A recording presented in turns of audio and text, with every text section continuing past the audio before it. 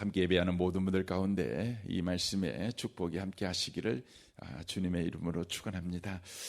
우리에게는 늘 이런 고민이 있습니다. 내가 예수를 믿지만 왜 나는 이렇게 변화된 삶을 살아가지 못하는가? 이 고민이 또 이 갈등들이 우리 가운데 있습니다.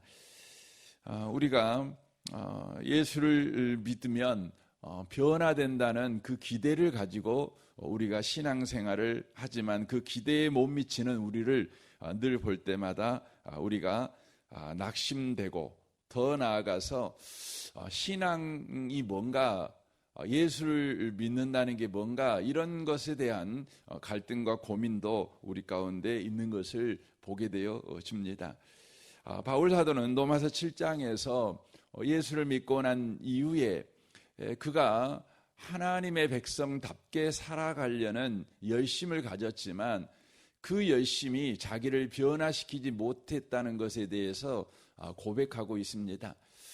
예수를 믿고 나서 우리는 우리의 변화에 대한 관심과 그리고 그 변화가 우리에게 실제 일어나도록 하기 위한 열심을 우리가 갖습니다. 하지만 우리가 시간이 더해감에 따라서 그 열심이 점점 확연하게 떨어지는 것을 보게 되어집니다. 그 이유가 어디에 있겠습니까?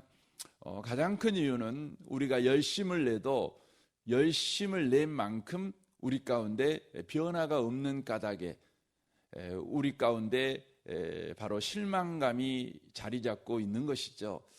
그래서 내가 예수를 믿고 나서 열심을 다해서 뭔가를 해도 소용없어, 이런 실패감이 우리 가운데 있다고 하는 것입니다. 그래서 우리는 그것을 안 할 수는 없지만 형식적으로 하다가 이제는 어느 계기가 되면 점점 그것마저도 안 하는 상태에 있게 된다는 것이죠. 오늘 성경 이 로마서 8장은 그리스도인들이 어떻게 변화될 것인지에 관한 바로 대답을 해주고 있다고 하는 것입니다. 열심히 우리를 변화시키지 못한다. 그러면 뭐가 우리를 변화시키는 것입니까? 이 질문이 우리 가운데 있어야 되지요.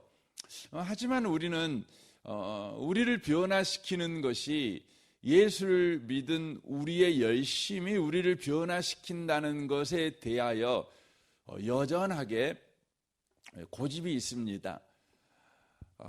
그래서 우리는 하나님 앞에 더 나아가 우리의 열심이 우리를 변화시키지 못한다면 무엇이 우리를 변화시킬 수 있습니까? 이렇게 질문을 해야 되는데 우리는 질문이 없는 신앙생활을 우리는 합니다. 그 이유가 뭐냐면 우리에 대한 믿음 때문에 그렇습니다. 예수를 믿지만 우리의 변화에 관하여서는 우리를 믿습니다. 우리의 열심이 또 우리의 헌신이, 우리의 희생이 우리를 변화시킬 수 있다고 생각합니다. 아니, 우리가 열심히 하는 것이 우리가 변화된 것이다, 이렇게 우리가 생각을 한다고 하는 것이죠. 여러분의 신앙에는 늘 질문이 있으셔야 합니다. 하나님에 대해서 질문을 하셔야 합니다. 왜냐하면 우리가 믿는 하나님은 대답하시는 하나님이십니다. 우리에게 말씀하시고 우리에게 또 대답해 주시는 하나님이십니다. 그래서 하나님께서 너는 내게 부르짖으라 내가 네게 응답하겠고 이렇게 이야기합니다. 기도라고 하는 것은 우리 소원을 들어주는 것보다 더 큰 것이 뭐냐면 기도는 하나님과의 대화라는 것입니다. 이게 참 대단한 거죠. 여러분, 세상에 어떤 신이요 우리가 말하면 대답을 해줄까요? 제가 요르단이라는 곳을 이렇게 간 적이 있어요. 가면 페트라라고 하는 곳이 있습니다. 굉장히 긴 협곡 사이에 도시가 건설된, 사막에 이 도시가 건설된 정말 불가사의한 그 도시입니다. 근데 그 도시에 들어가려면 긴 협곡을 따라 들어가는데 그 협곡에 가면 우상을 섬기는 이렇게 신상들이 이렇게 있습니다. 근데 그 신상들의 특징이 뭐냐면 입이 없어요. 입이 없습니다. 여러분 그 우상은요 대답하지 않습니다. 질문을 해도 대답하지 않습니다. 왜냐하면 이것은 신이 대답할 문제가 아니라 네가 해결할 문제예요. 그 인간에게 해답이 있다는 겁니다. 신이 이 우상 숭배에서 요구하는 인간에게 답이 있다는 걸 뭐냐면 네가 정성이 부족해 이거죠. 그러니까 인간이 문제를 해결하는 방식은 뭐냐면 정성입니다. 정성을 얼마나 들이느냐 이거에 따라 달라지는 거죠. 그래서 우상에게는 뭐가 있냐면 눈은 있습니다. 다 눈이 이렇게 딱 있어요. 그래가지고 네가 얼마나 잘한가 보자 이렇게 하는 거죠. 그러니까 책임은 신에게 없고 인간에게만 있는 거예요. 이게 이제 우상 숭배입니다. 그런데 우리 하나님은요 대답하신 하나님이셔요. 대답하려고 하나님께서 그 인간을 어떻게 창조하셨냐면 하나님의 형상을 가진 자로 창조하셨어요.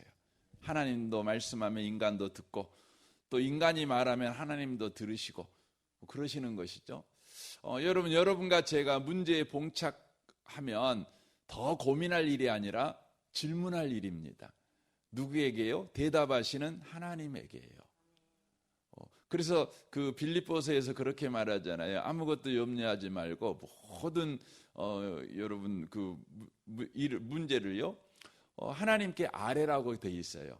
하나님께 아뢰래요. 그러면 모든 지각에 뛰어나신, 여기서 지각이라는 것은 우리가 알고 있는 인간의 이 지식을 뛰어넘는, 그러니까 인간이 긴 역사 동안 얼마나 축적된 지식을 가지고 있습니까?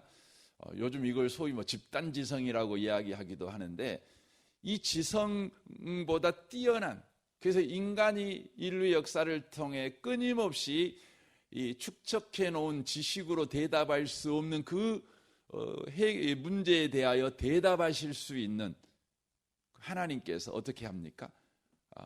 생각을 주신대요. 생각을 주신대요. 저는 이 아침에 오신 복 있는 분들이 질문이 있는 신앙생활을 꼭 해가셨으면 좋겠습니다. 왜 나는 예수 믿는데 변화가 안 될까? 고민하지 마시고 질문하십시오.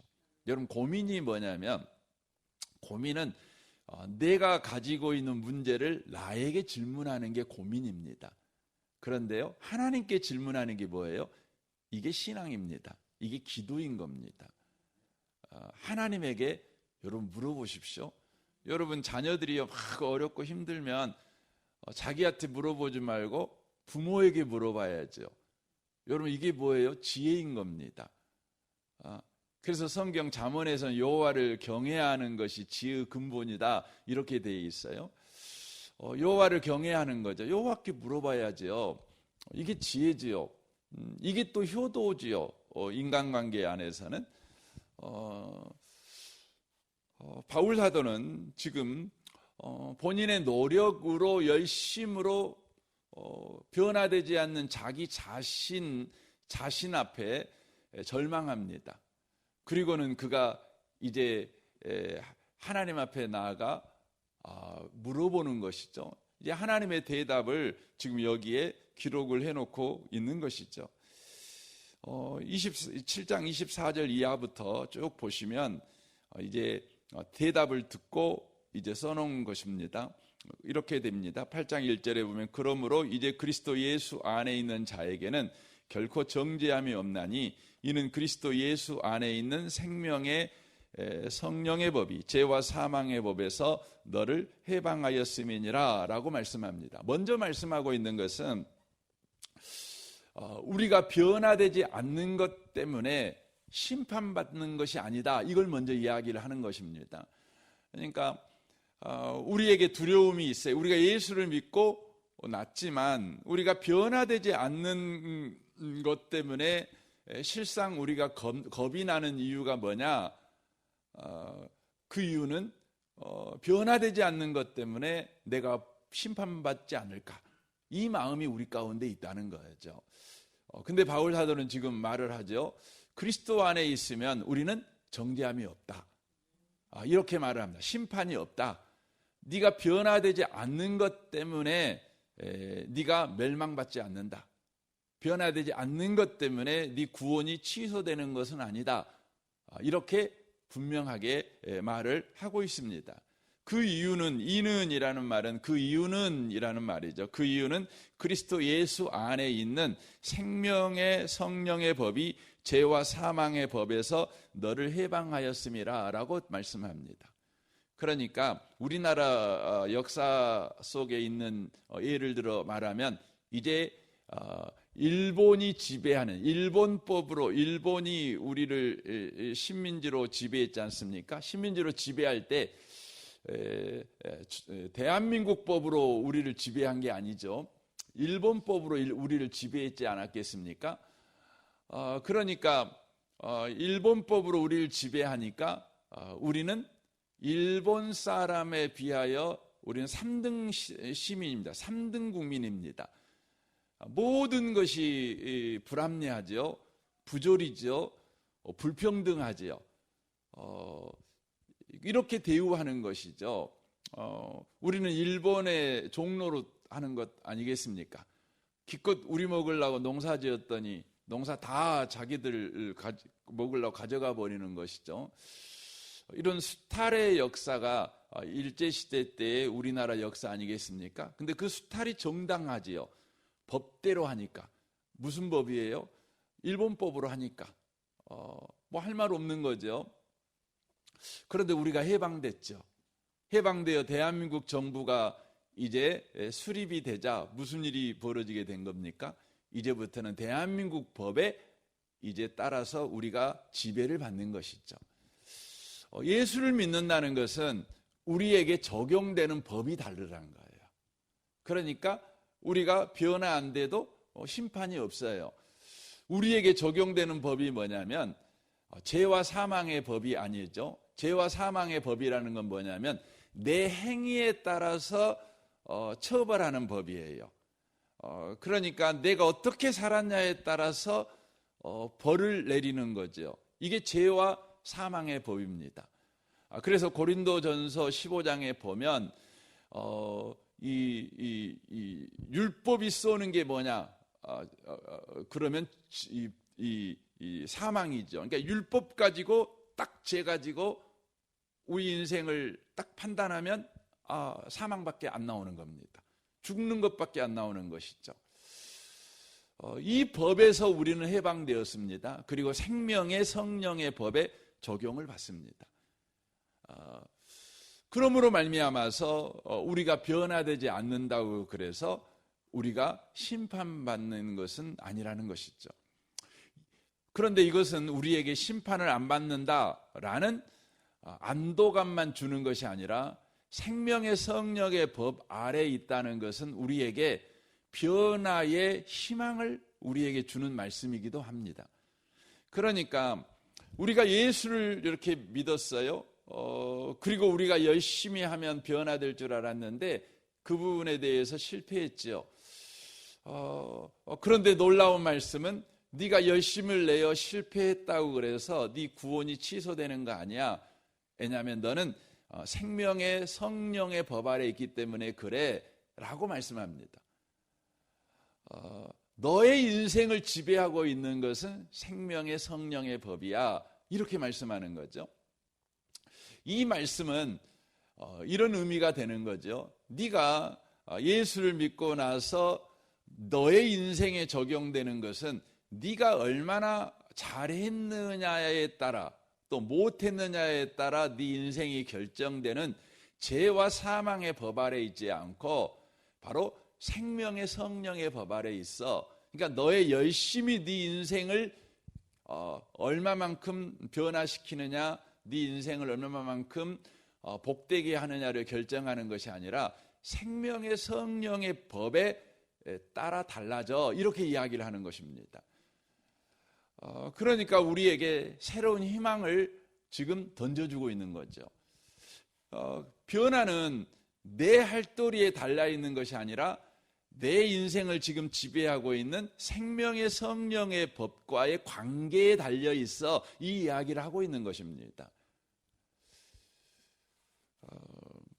그러니까 여러분이 여러분 자신과의 관계에서 변화가 결정되는 것이 아니라 이제 예수 믿는 사람은 성령의 법과 어떤 관계를 맺고 사냐에 따라 변화가 달라진다는 거예요.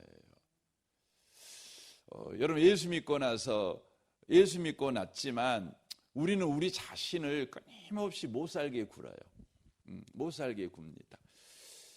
기독교 역사에 보면 이런 일들이 되게 많았어요. 특별히 중세시대 때는 이런 일이 참 많았습니다. 여러분, 초대교회를 보여주는 이 사도행전을 보면 초대교회의 특징은 뭐냐면 기쁨입니다.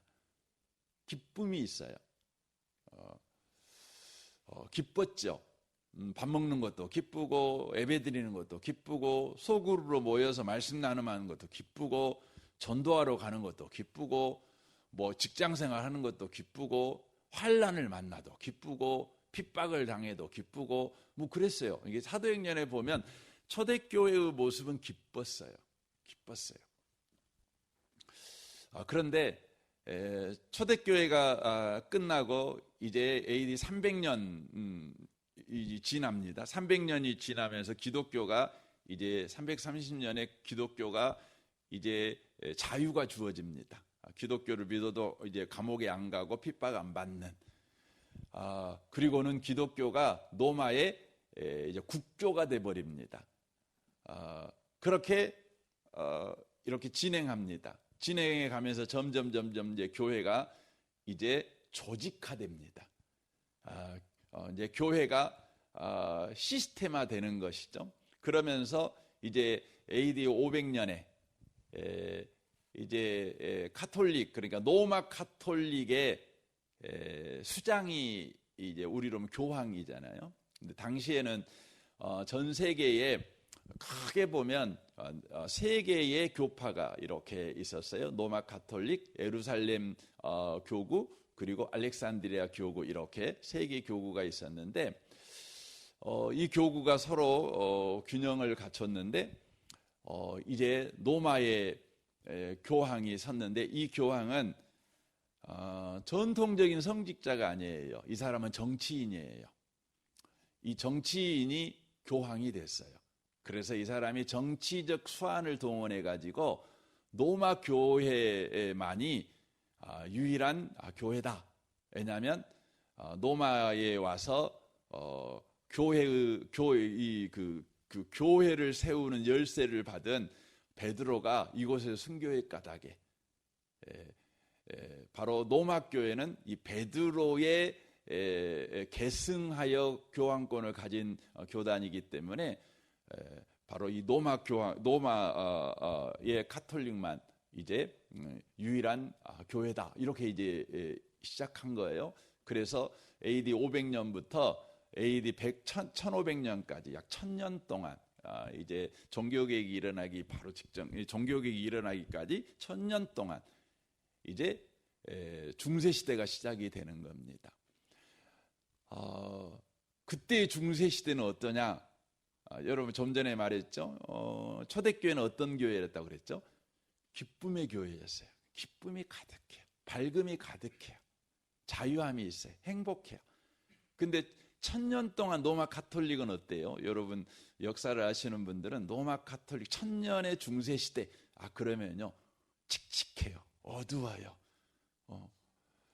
성직자들도 다 검은 옷 이렇게 두고 쓰고 막 이렇게 다니고 이러는 것이죠. 그 이유가 어디에 있는지 아세요? 그 이유는 어디에 있냐면 바로 예수를 믿은 사람들은 경건해야 된다는 거죠. 맞지요? 근데 그 경건은 어디서 나오느냐? 자기 자신의 수양에서 나온다는 거예요. 자기 자신이 얼마나 수도를 많이 하느냐, 그래서 이제 여러분 수도승 그러면 중들을 생각하겠죠. 근데 중세시대 수도승은 다 누구예요? 누구냐면 여러분 예수 믿는 성직자들을 수도승이라고 그랬어요. 수도승. 그들이 뭐냐, 머리 다 밀었어요. 머리도 다 밀고 이제 오직 이제 자기를 절제하는 거죠. 또 금욕하는 것이죠. 그래서 심지어 어떻게 하냐면 유럽에 가면 막 그 수도원 같은 데 가면 높은 그 산에가 수도원들이 있거든요. 요즘 우리나라 절간처럼. 근데 얼마나 하냐면 사람이 기어 못 올라가요. 예, 못 올라가요. 한 번 올라가면 내려올 수 없는. 그래서 어떻게 하냐면 한 번 올라가고 그곳에 올라가는 사람은 이제 먹고 살아야 되니까 밑에다가 이렇게 크게 뭡니까, 끈 따라 갖고 양동이에다가 내리는 거죠. 그러면 이렇게 잡아 올리고 뭐 이러는 거 아니겠습니까? 그렇게 했어요. 금욕을 한 거죠. 무슨 죄를 지으면은요, 물팍으로 기어다니고 자기한테 벌을 주는 거죠. 자기가 음란한 생각만 했어요. 그러면 너 20일 동안 금식고 자기 스스로를 학대하는 거죠. 이렇게 해서 자기를 변화시키려고 이렇게 한 거예요. 한 거죠.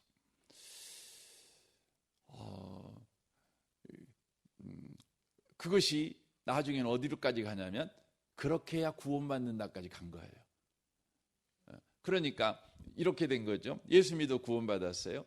그런데 그 구원받은 사람답게 살아가는 일을 위해서 자신을 무단히 절제하고 노력하는 거죠. 근데 안 되는 거죠. 그러니까 어떻게 되죠?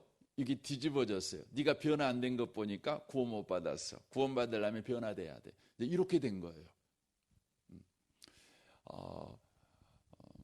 가톨릭의 바로 신부였던 마틴 루터가 자기도 그렇게 살았거든요. 그러다가 자기의 연약함 때문에 회개해야 한다는 마음 때문에 계단을 물팍으로 기어 올라가다가 이거 아니다. 성경을 보니까 오직 믿음으로 구원받는데 내가 뭔 짓 하고 있는가. 그래서 일어나는 게 종교개혁입니다. 종교개혁입니다.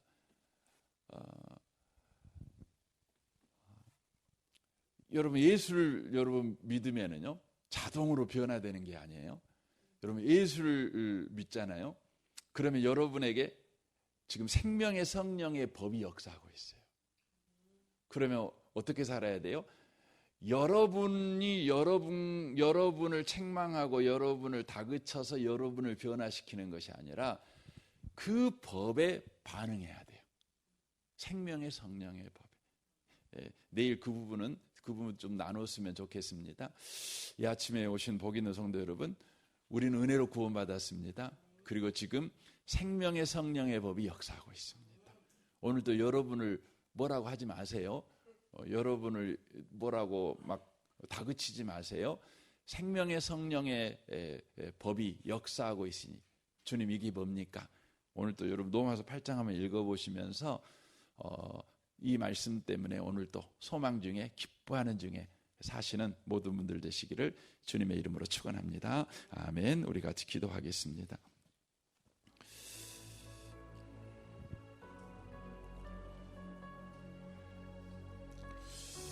우리 말씀을 우리 생각하며 주여 오늘도 생명의 성령의 법이 역사하는 인생을 우리가 살아가고 있사오니 오늘도 생명의 성령의 법에 반응하는 오늘 한날이 되게 하여 주옵소서. 여러분 가정과 직장생활과 우리 성도들을 위해 기도해 주시고 또 교회를 위해 기도할 때 우리 아동부 우리 윤덕진 전사님과 교사 순장들 또 아동부 아이들 위해서 기도해 주십시오. 또 용복마을 마을장 되는 장로님과 순장 순원들을 위해 기도해 주십시오. 우리 샤인 코스를 위해서 기도해 주시고 이 나라 이 민족과 북한과 열방과 선교사님들을 위해서도 여러분 기도해 주십시오. 우리 좋으신 주님께 통성으로 구하겠습니다. 기도하겠습니다. 하나님 아버지 감사합니다.